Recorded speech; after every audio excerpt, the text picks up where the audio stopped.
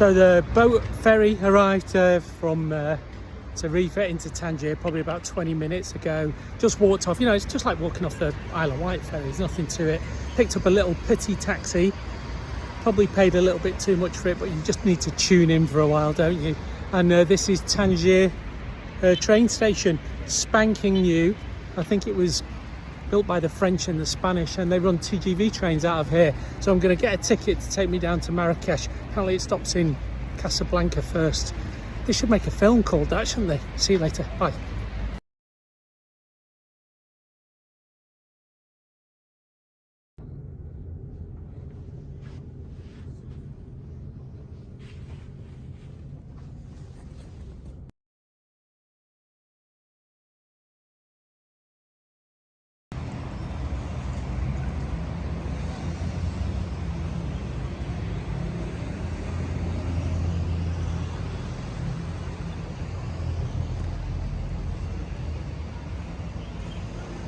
So I'm just at BM Attitude, which is in Marrakesh. The hotel that we stayed at is like 200 yards down the road, and there's a group of 5-6 of us,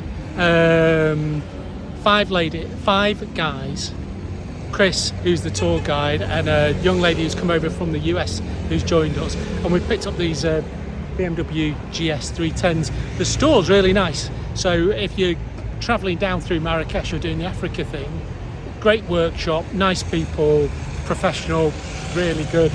So we're just getting suited and booted, and I think if you're a biker and there's a group of you, you know what it's like. You know, someone's going off for a pee, someone's having a fag, someone's dicking about with something. So it always takes a little bit of a time. Then what we're going to do is probably the most dangerous bit of the tour is getting on this road and then getting out of Marrakesh to get out into the country. Stick with it. See you soon. Hi, good morning. So this is second day.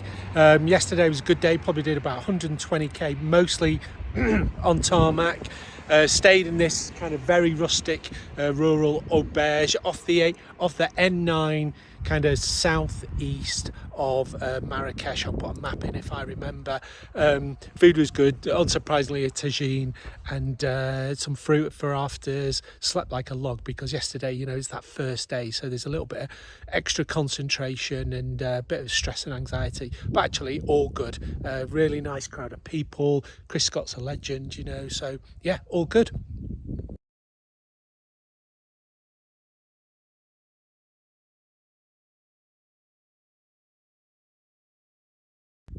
Look at this. Amazing.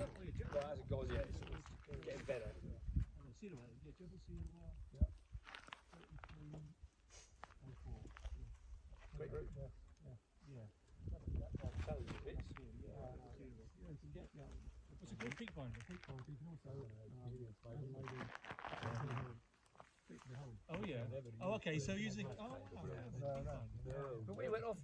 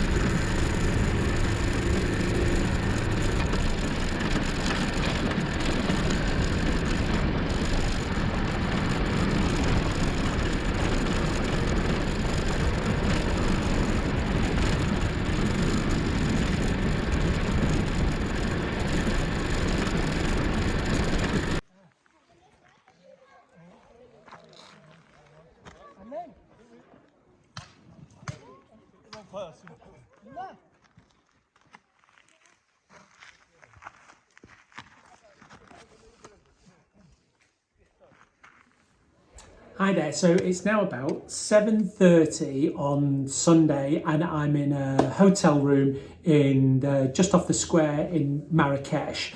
And I left the group that I've been riding with this morning, and they went one way and I turned left and came the other way. And I just thought I'd explain kind of what happened. So it's a 5-day tour, and we did the first day, and then what happened was there's let me think, there's 6 of us in the group, and there's Chris Scott, who's this legendary kind of Moroccan kind of off-road guy. All the people in the group are absolutely really nice.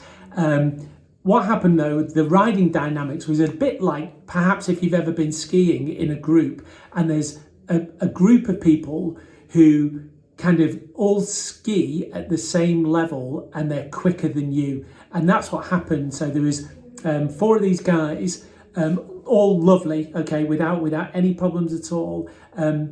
They could all ride much faster than me and another lady that was in the group.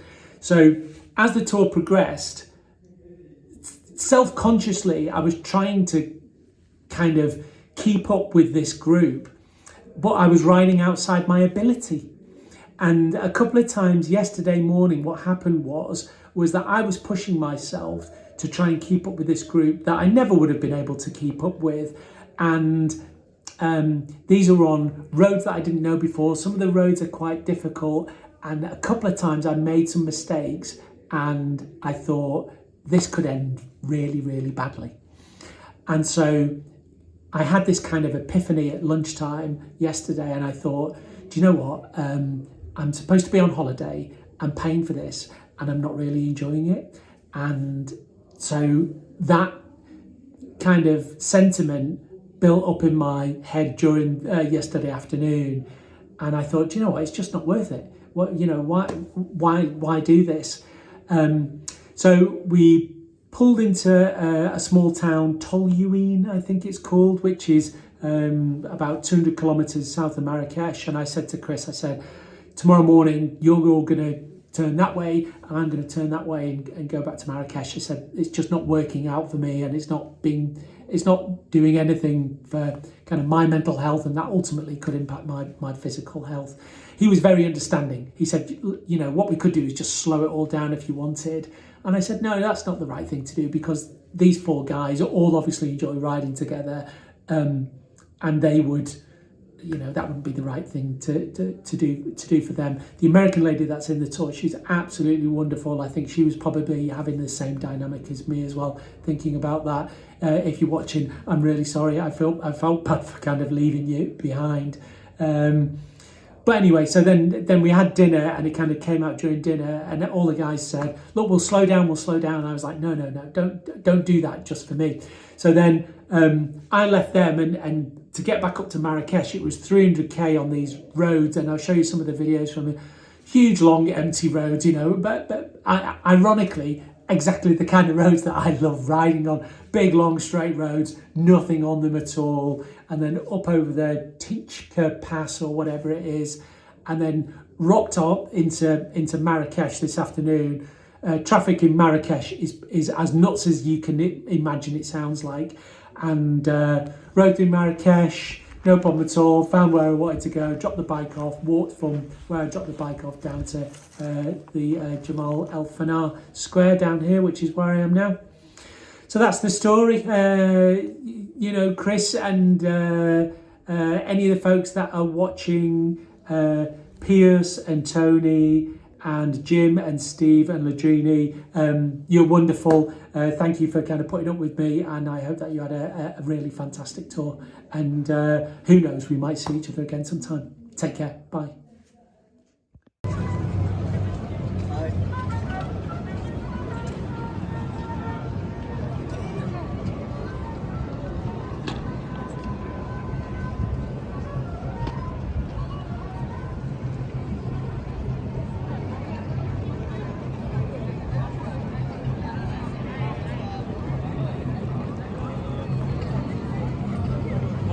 The squinting eyes, but I'm looking straight at the sun.